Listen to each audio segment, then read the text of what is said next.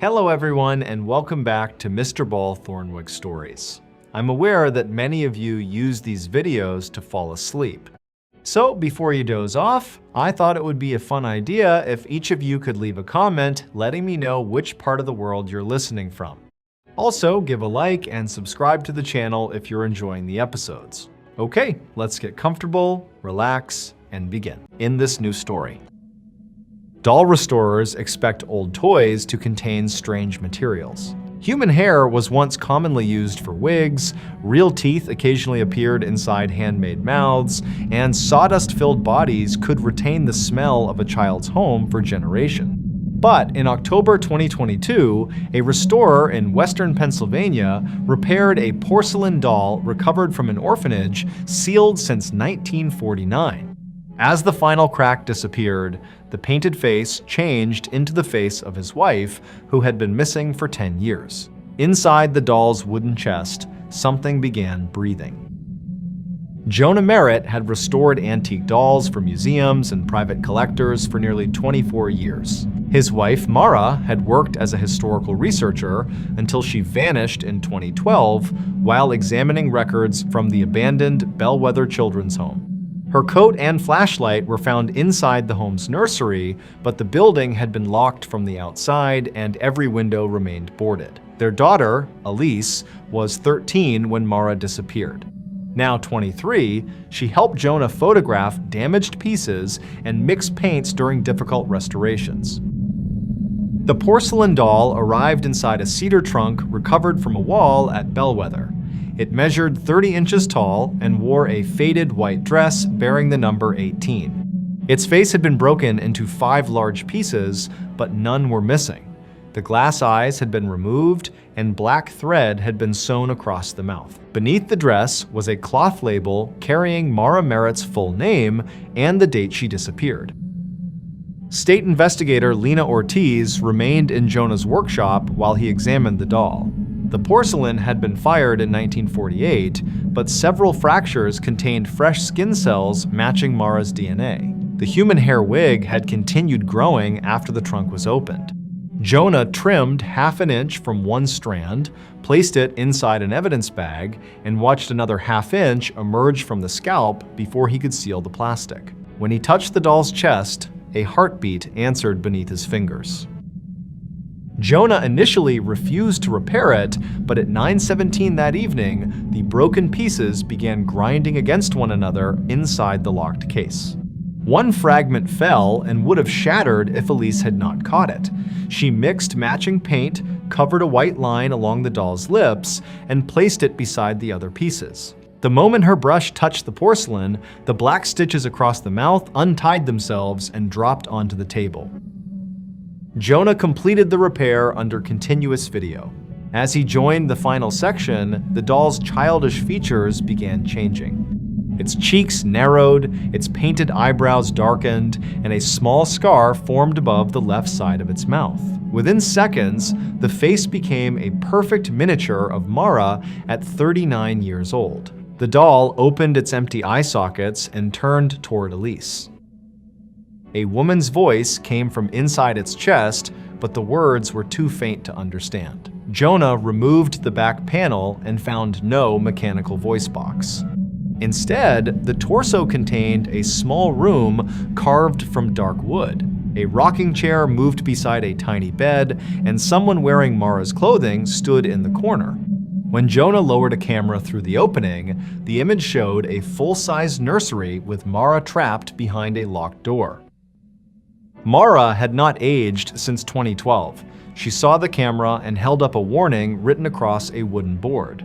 Elise had completed the face, which meant the nursery had recognized her as the next doll maker. Jonah turned toward his daughter and found a thin white crack extending from her left wrist toward her elbow. Her skin beneath it was becoming smooth, cold, and hard like unfinished porcelain. Lena searched Bellwether's surviving records. The children's home opened in 1927 and cared for girls removed from dangerous households, children abandoned during the Depression, and infants whose families could not support them.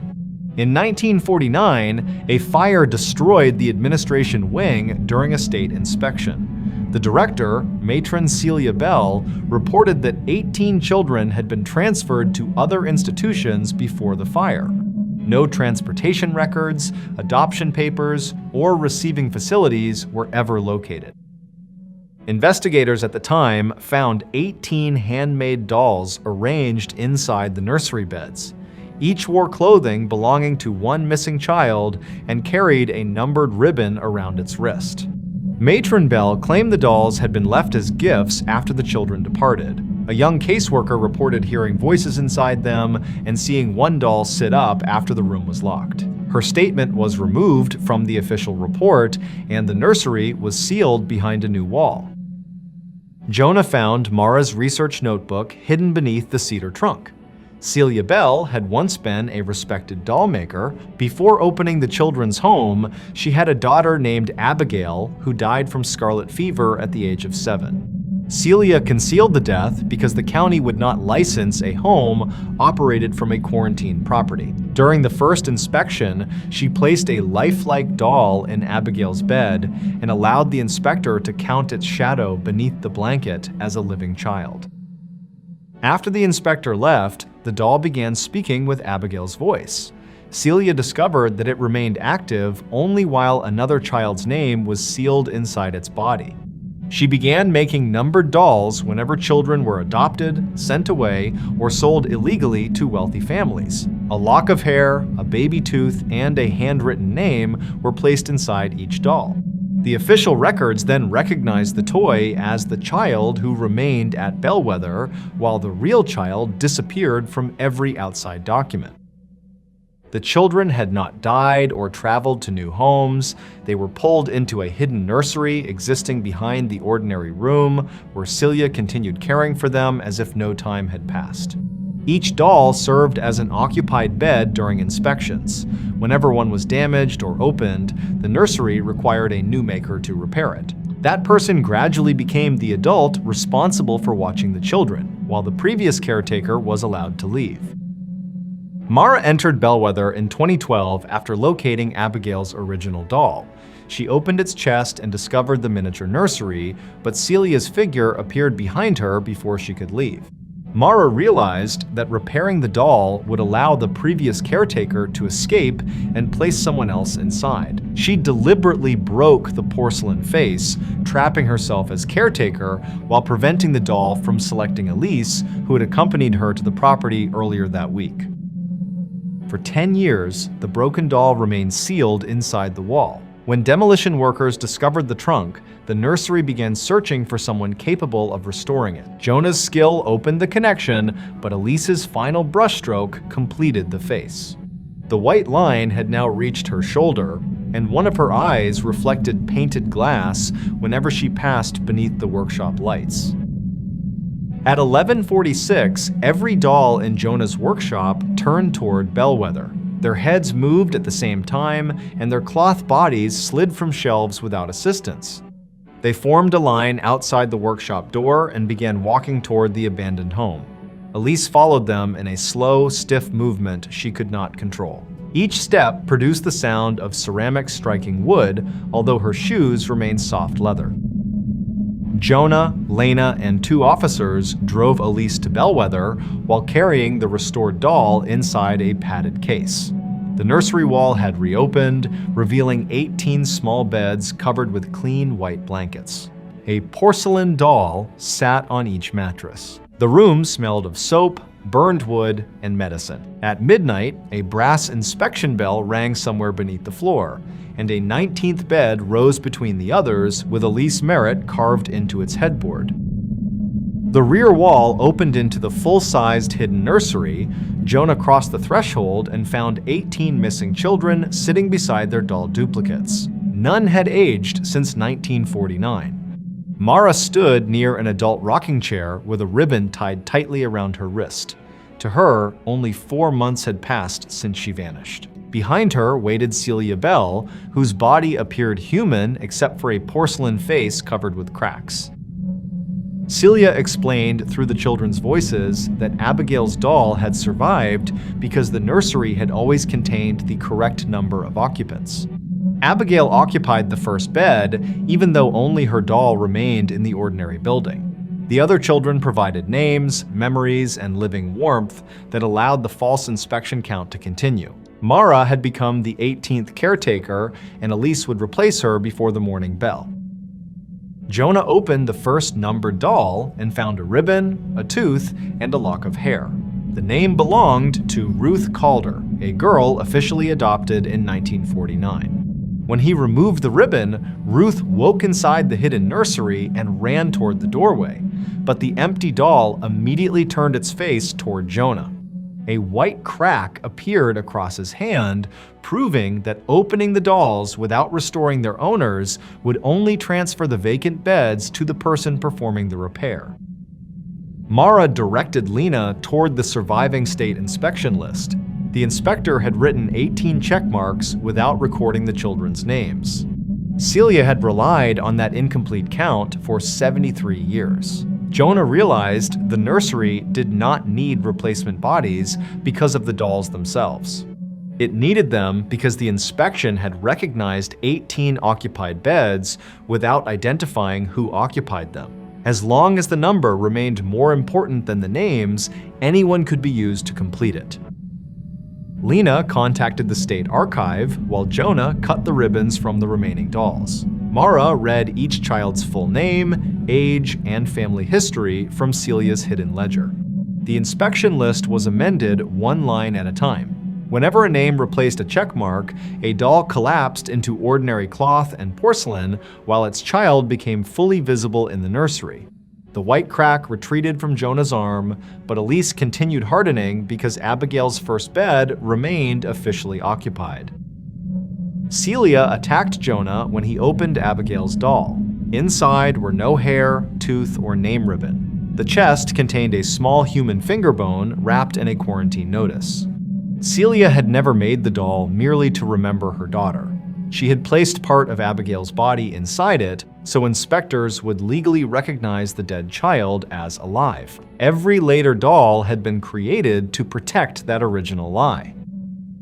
Lena searched beneath the nursery floor and found Abigail's remaining skeleton inside a sealed toy chest. The death certificate had been issued under the name of an unrelated orphan who disappeared weeks later. Celia had stolen that child's identity so Abigail could remain listed as living and Bellwether could receive county funding. Jonah placed Abigail's remains beside the first bed while Lena corrected both children's records. The doll lost Mara's face and became a 7-year-old girl again. Celia's porcelain features cracked open, revealing nothing behind them except darkness and layers of inspection paper. She seized Elise and attempted to lay her inside the 19th bed, insisting the nursery required one living child to remember Abigail.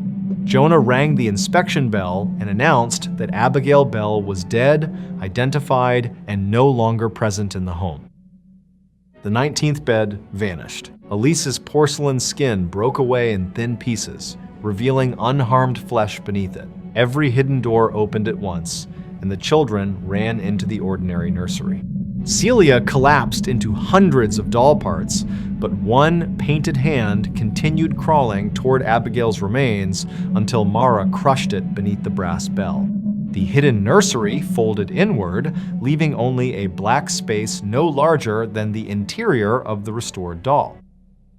Mara, Elise, Jonah, Lena, and the 18 children escaped before sunrise. The children had not aged and believed they had lived at Bellwether for less than a year. Mara returned physically 10 years younger than her husband.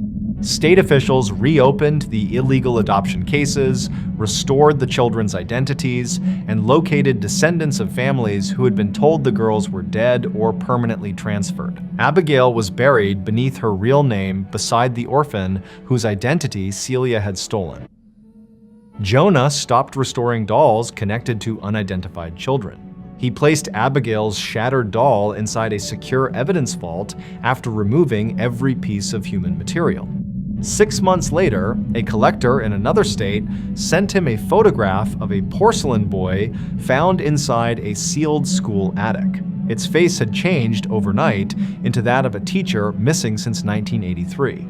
Beside it sat an unfinished doll whose blank wrist ribbon carried Jonah Merritt's name. Doll restorers now follow an unofficial rule whenever an antique toy contains human hair, teeth, or a handwritten name. They identify the original owner before repairing the face and never allow another person to apply the final layer of paint. If a doll begins breathing or a living person's skin turns smooth and cold, every numbered bed connected to it is checked before the morning bell, because some dolls were not made to comfort children who disappeared. They were made to replace them during an inspection, and they will keep finding new occupants until someone finally counts the children by name. In this new story, fingerprint examiners depend on one basic rule. A person must touch a surface before leaving a print on it. A mark cannot appear beneath sealed plastic, move between pieces of evidence, or belong to someone who has been missing for years. But in October 2022, a latent print specialist in Western Pennsylvania discovered a fresh fingerprint inside an evidence bag sealed in 1977. The print belonged to his wife, who had vanished 10 years earlier. By midnight, another set began forming beside it. Those prints belonged to their daughter, who was still alive across town. Noah Grayson had worked inside the Allegheny County Forensic Laboratory for almost 20 years. He photographed prints, compared ridge patterns, and testified in criminal trials where a single mark could determine whether someone had touched a weapon, window, or body. His wife, Claire, had worked in the same building as an evidence auditor until she disappeared in November 2012. Security cameras showed her entering Archive Room 8 after midnight. The door remained locked until morning, but when Noah opened it, Claire was gone. Her wedding ring lay on the floor beneath a cabinet filled with unidentified fingerprint cards.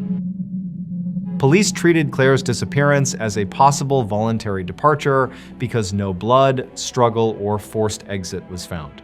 Noah knew she would never abandon their 11-year-old daughter Sophie, but one fact prevented him from challenging the conclusion. Claire had entered the archive after discovering irregularities connected to Noah's late father, former detective Malcolm Grayson. She had asked Noah to help expose them.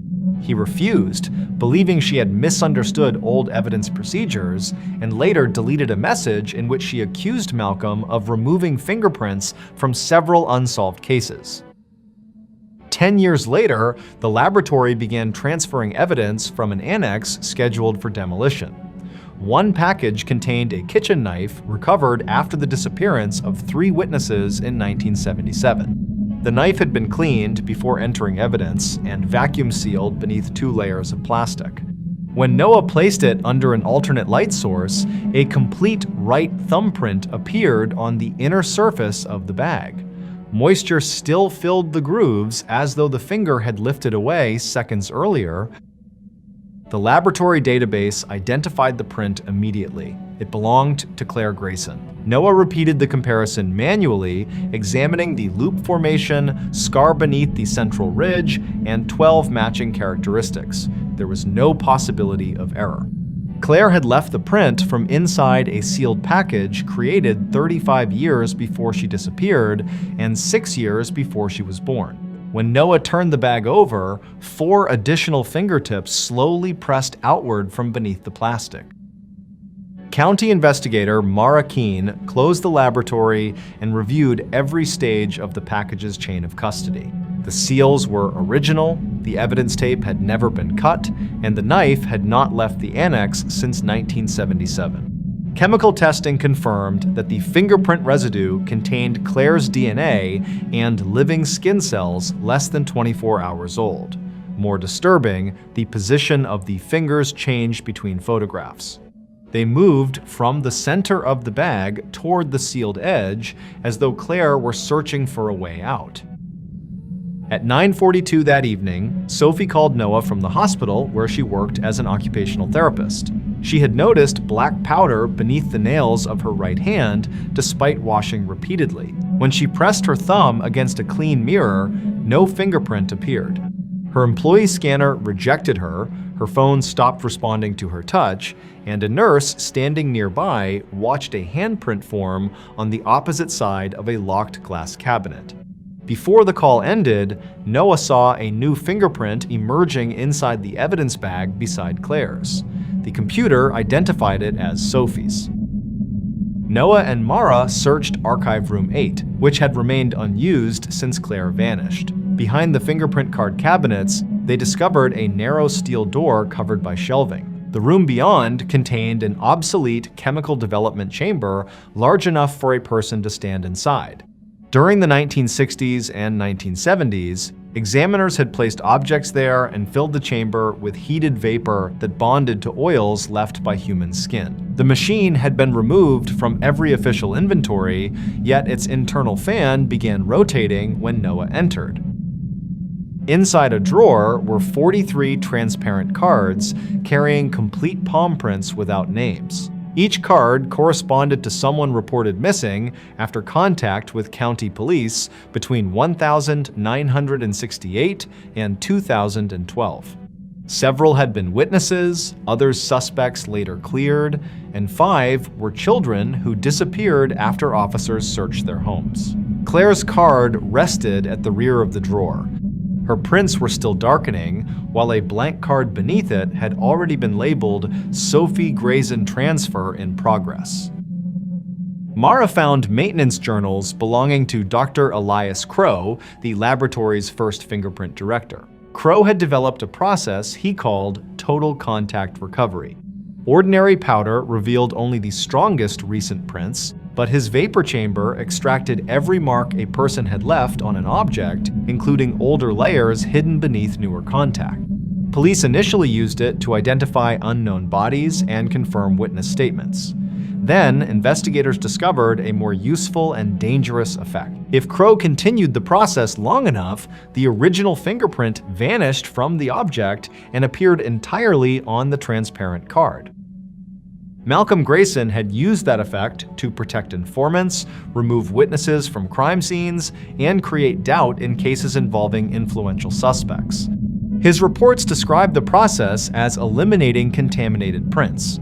Crow's private notes warned that a fingerprint was not only residue, it was proof that the human body had occupied a specific physical place. When every surviving print connected to a person was extracted, doors stopped recognizing their hands, objects no longer carried evidence of their touch, and people around them gradually lost the certainty that they had ever been present.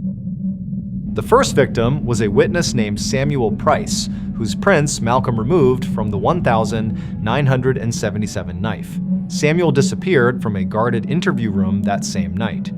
Over the following decades, Malcolm repeated the procedure whenever a case threatened police officers, judges, or wealthy families. Each person lost contact with the physical world after the chamber collected enough of their prints. Their bodies were not killed. They were pulled into a place Crow described as the unregistered side of every surface they had once touched.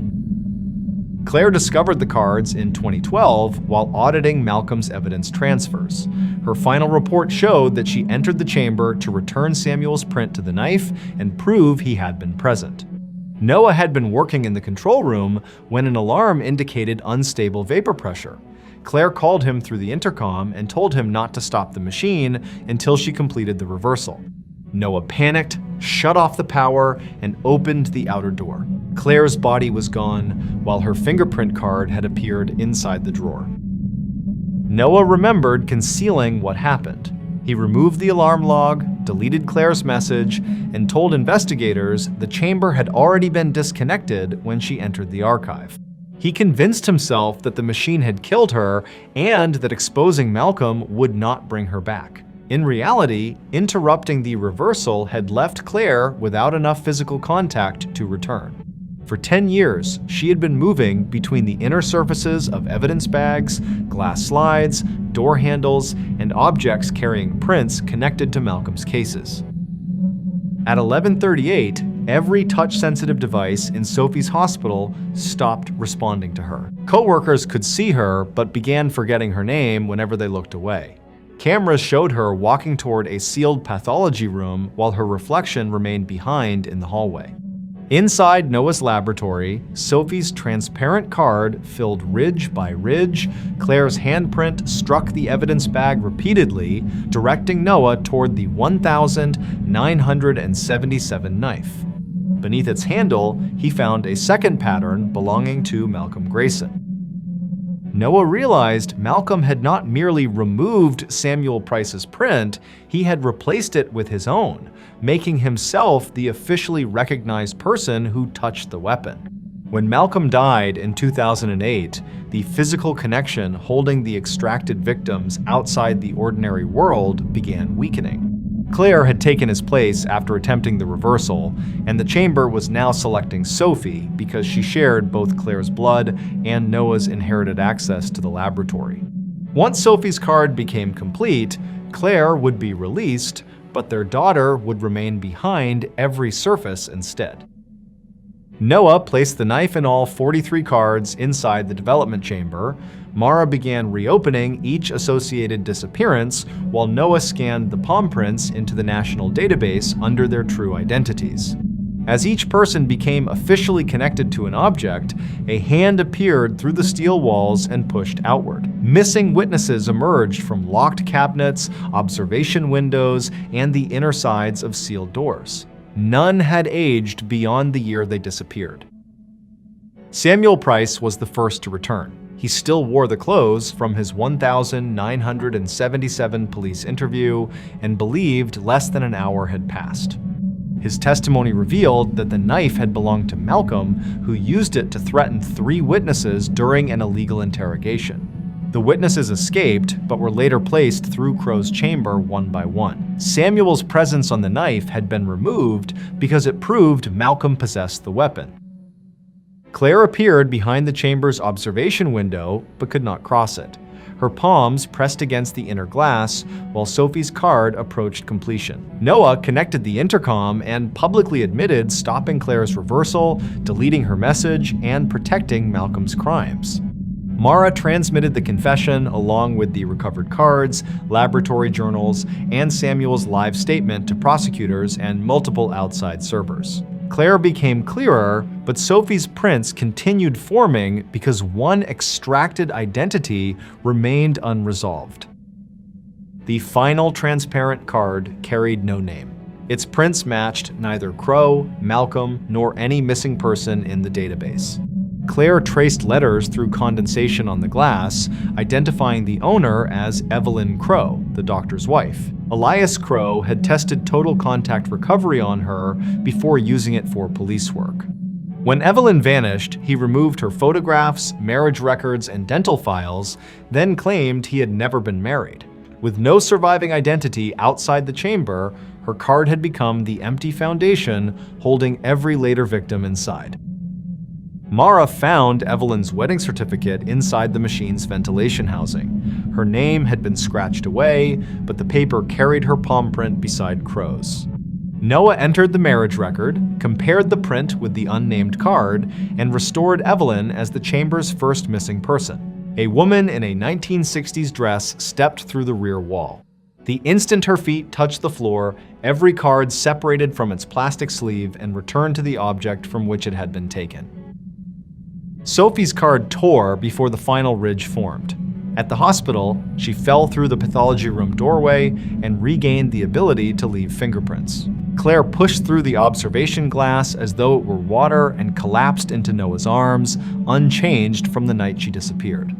The chamber's vapor turned black and condensed into thousands of handprints across the walls. Malcolm's prints appeared over all of them until Samuel pressed his own hand against the 1,977 knife. Malcolm's pattern vanished permanently. 43 missing people returned during the following hour. Claire had not aged during her 10 years outside normal physical contact, although she remembered moving through countless surfaces and watching her family from the wrong side of windows, photographs, and sealed evidence. Noah resigned, admitted obstructing her investigation, and accepted criminal charges connected to the destroyed logs. He did not ask Claire or Sophie to protect him. The chamber was dismantled, and every recovered fingerprint card was stored with the corrected case it belonged to. 6 months later, a print examiner in another state contacted Mara about a handprint found inside a factory-sealed glass bottle. The ridges belonged to a worker who disappeared in 1984 after reporting that his employer had removed his prints from a fatal accident scene. While the examiner photographed the bottle, another set of fingertips began forming beside the first. They belonged to the examiner himself, although he had never touched the glass. Fingerprint specialists now follow an unofficial rule whenever a fresh print appears inside sealed evidence. They never lift, powder, or remove it until the person has been physically located.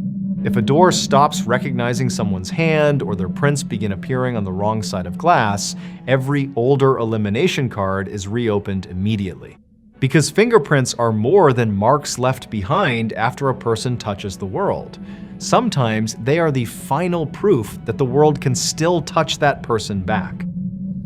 In this new story, grain bin inspectors know that an empty silo is often more dangerous than a full one. Fermented dust can explode, damaged walls may collapse inward, and grain trapped beneath a false floor can move without warning. But in October 2022, an agricultural safety inspector in central Iowa opened a silo that had been empty since 1971. From inside came the roar of thousands of bushels falling through darkness, although the concrete floor was completely bare. When he lowered a camera through the roof, he saw 17 people suspended in the shaft, endlessly falling without moving closer to the bottom. One of them was his wife, missing for 10 years. Caleb Warren had inspected grain elevators, feed mills, and farm bins for nearly 24 years. His wife, Hannah, had worked as an investigator for the State Agricultural Safety Bureau until she disappeared at the abandoned Merritt Cooperative in 2012. Her truck remained beside Silo 9 with the engine running. Her helmet and breathing mask were found inside the access hatch, but the silo held no grain and no body. Their son, Eli, had been 14 when she vanished. Now 24, he managed a small malt processing plant 30 miles away and refused to enter grain storage buildings alone. Merritt Cooperative had closed after a catastrophic accident in November 1971. 17 workers entered Silo 9 after hearing a teenager calling from beneath a grain bridge. Minutes later, the bin walls shook, the roof vents expelled a cloud of corn dust, and every worker vanished. Rescue crews emptied more than 80,000 bushels through the bottom gates, but recovered no clothing, tools, blood, or human remains. The company claimed the workers had escaped through an unrecorded maintenance tunnel, although no tunnel was ever found and 17 families received no bodies to bury. The property was scheduled for demolition when county investigator Dana Cho accompanied Caleb to complete one final structural inspection. The exterior walls showed ordinary cracking, and ground-penetrating radar confirmed that the concrete floor was solid. Yet the moment Caleb opened the upper hatch, warm air rushed upward carrying the smell of fresh corn. A depth meter returned no bottom reading. When he dropped a steel bolt, they heard it strike grain repeatedly for more than 2 minutes, even though the same bolt was later found resting on the empty floor directly beneath them. Caleb lowered a camera on a reinforced cable. At 20 feet, the image filled with golden kernels, falling faster than the camera descended. At 40 feet, human shapes appeared inside the moving grain. 17 men wore work clothes from the early 1970s. Far below them, Hannah fell with her arms extended, her hair and jacket streaming upward. She looked directly into the camera, seized the cable, and wrapped it around her wrist. Caleb felt her full weight for 3 seconds before the line went slack. When he pulled it back, Hannah's wedding ring was knotted around the hook. Dana sealed the silo while Caleb examined the original machinery. 3 enormous aeration rings surrounded the base, each connected to ducts beneath the floor.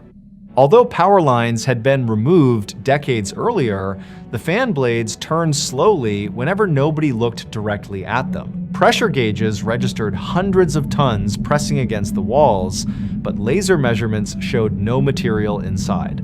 Every 7 minutes, the gauges dropped to 0, the sound of falling grain stopped, and 17 human-shaped dents appeared across the steel wall from the inside. At 9:38 that evening, Eli called from the malt plant. A pallet of sealed barley sacks had begun sinking into a concrete floor without breaking.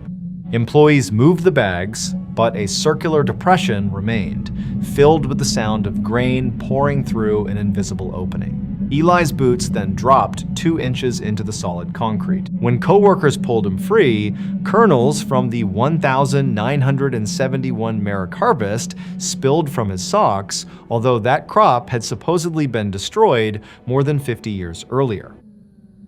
Dana located the cooperative's private engineering files. Silo 9 had contained an experimental system built by industrial designer Franklin Voss. Conventional bins used fans to dry grain from below, but Voss installed 3 rotating air currents intended to keep kernels in constant, slow movement. He believed moving grain could never form a bridge, spoil in one location, or trap a worker beneath a stable surface. His system created a continuous downward flow in the center and an upward current along the walls, allowing the same grain to circulate for months without leaving the silo.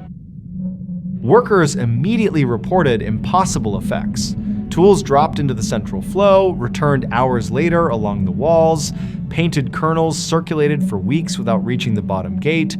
During maintenance shutdowns, footsteps continued moving through the grain after every employee had left. Voss discovered that the circulating mass preserved empty spaces as accurately as it preserved the kernels surrounding them. A shovel removed from the flow left a shovel-shaped cavity that continued traveling through the silo. When a worker entered, the grain remembered the exact volume displaced by his body. On the night of the 1,971 accident, a teenager named Samuel Reed climbed onto the grain bridge to clear a blocked sensor. The surface collapsed beneath him.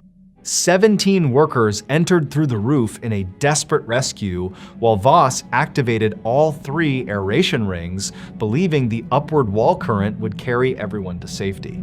Instead, the system captured 18 human-shaped voids and began circulating them with the grain. Samuel emerged alive near the roof, but the other workers remained suspended inside their own moving spaces. The company emptied the silo, expecting the bodies to fall through the gates. Instead, the kernels left while the human-shaped cavities continued circulating through air. Voss warned that the empty spaces could not collapse because the fans had been stopped out of sequence. The central downward current remained trapped between 2 weaker upward currents, creating an invisible column of falling grain that no longer required physical grain to exist. The cooperative sealed Silo 9 and ordered Samuel to remain silent after paying his family to leave Iowa. Hannah found Samuel in 2012. He told her that the workers were still alive because he occasionally heard them calling from bins built with salvaged Merrick equipment. Hannah entered Silo 9 and discovered the aeration controls beneath the false floor. She instructed Caleb by radio to keep all 3 fans turning until she reached the central gate. Caleb saw the pressure gauges rise beyond their safe limits and feared the silo would explode. He shut down the main fan and then the 2 wall fans, using the standard sequence followed in modern bins. The falling sound stopped. Hannah's radio struck the floor beside Caleb, but she had vanished. He later erased the shutdown sequence from his inspection report because her final transmission proved she had warned him not to touch the controls. Caleb told investigators the machinery had already been inactive when they arrived. In reality, his shutdown froze Hannah inside the same downward current holding the workers, while leaving the 2 upward currents weak enough to search for new human-shaped weight elsewhere. At 12:16 a.m., the depression beneath Eli's malt plant widened into a circular shaft. Barley sacks opened without tearing, and grain flowed downward while remaining piled on the pallet. Eli's body began sinking from the feet upward. Dana traced the connection to an aeration motor installed beneath the plant. Its serial number matched one of the 3 rings removed from Merrick during the 1980s. Eli was not being selected as Hannah's replacement. His weight and body volume matched the missing difference created when Caleb shut down the central current with Hannah inside it. The system was trying to restore its original balance. Caleb reopened Silo 9's false floor and found 3 manual control wheels. Hannah had scratched instructions into the concrete before disappearing. The invisible current could be collapsed only by restoring physical grain to the circulating spaces, reversing the wall airflow, and opening all 3 bottom gates at the moment. Every trapped body reached the upward side of the cycle. Opening too early would drive the missing people into the concrete. Opening too late would allow their preserved cavities to move into every silo containing Merrick machinery. Dana commandeered grain from 2 neighboring elevators, while Caleb repaired the original motors. Trucks poured corn into Silo 9 until pressure gauges registered the 1,971 load. The falling column became visible, but the grain never accumulated. It entered the center, disappeared, and returned upward along the walls coated in frost.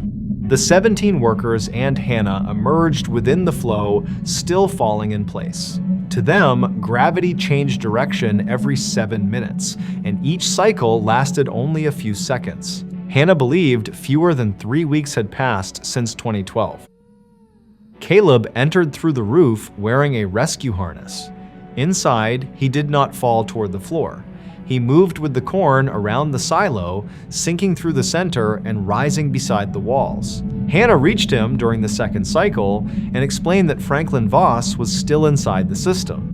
After the 1971 accident, Voss entered deliberately, believing the circulating void would preserve his body. He had spent decades redirecting pressure toward bins containing salvaged parts, trying to collect enough additional human volume to force himself out through the roof. Eli would complete that volume. Voss appeared between the workers wearing a clean white engineering coat, physically unchanged since 1971. He had tied the missing people together with safety rope, so their combined displacement kept his own cavity near the upward current. When the grain shifted toward Eli's plant, Voss began cutting the ropes, allowing the workers to sink toward the bottom gate while he rose. Hannah held him back as Caleb moved between the control cables. Dana reversed the first wall fan. The entire silo tilted around them, even though its structure remained vertical. The second reversal pulled Eli's legs out of the concrete at the malt plant, but it also drove Voss toward the roof. Caleb realized the central gate had been welded, partly closed in 1971. The cooperative had reduced its opening to hide the amount of grain removed before the accident, and the restricted outlet prevented the human-shaped cavities from ever completing a full circulation. Caleb cut through the weld while moving with the falling corn. Voss struck him with a steel inspection rod, insisting that opening the gate would crush everyone into the auger below. Hannah revealed that the auger had never caused the danger. Voss had kept it running because its vibration prevented his own preserved space from collapsing. Dana shut down the auger and opened the 3 gates together at 3:04 a.m. For the first time, real grain reached the bottom of Silo 9. The human-shaped cavities filled with air and rose rapidly through the corn. Workers burst through the surface one by one, coughing dust but alive. Hannah reached Caleb near the wall current. Voss seized the final safety rope and tried to pull Eli's distant cavity into the silo, but Caleb released the center fan. Without moving grain supporting him, Voss's empty space collapsed around his body. He aged 51 years in seconds, folded into the narrowing stream, and disappeared through the bottom gate with a handful of blackened kernels. Hannah, Caleb, and the 17 workers emerged through the roof as the last grain settled. Eli was thrown safely onto the malt plant floor at exactly the same moment. None of the missing people had aged. The workers believed the 1,971 rescue had lasted less than 4 hours, while Hannah returned 10 years younger than her husband. Caleb admitted ignoring her instructions and deleting the shutdown record. He surrendered his certification, but his confession allowed investigators to connect Voss and the cooperative owners to the concealed accident.